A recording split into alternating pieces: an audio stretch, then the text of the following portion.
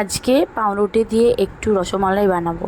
প্রথমে প্যানেতে একটু full fat দুধ নিয়ে নেব, তারপরে দুধটা গরম করতে দেবো ভালো করে।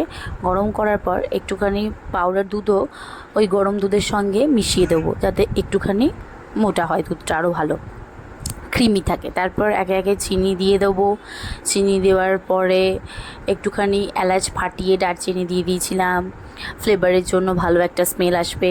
তারপরে ওপর থেকে একটু কেসর দিয়ে দিয়েছিলাম কালার হওয়ার জন্য। তারপর দুধটা পুরো ফুলিয়ে, মানে ভালো করে ফুটিয়ে ফুটিয়ে একদম ঘন করে দেওয়ার পরে গোল করে কাটারে করে আমি পাউরুটিগুলো কেটে নিয়েছিলাম। তারপরে দুধটা ঠান্ডা হয়ে যাওয়ার পরে একে একে মালাইটা ওপরে ছড়িয়ে দিয়েছিলাম। তারপরে গার্নিশিং করার জন্য একটু আলমন্ড, তারপরে কেসার দিয়ে ভালো করে গার্নিশিং করেছিলাম। তারপর ফ্রিজে স্টোর করে রেখে দিয়েছিলাম, ঠান্ডা ঠান্ডা খেয়েছিলাম।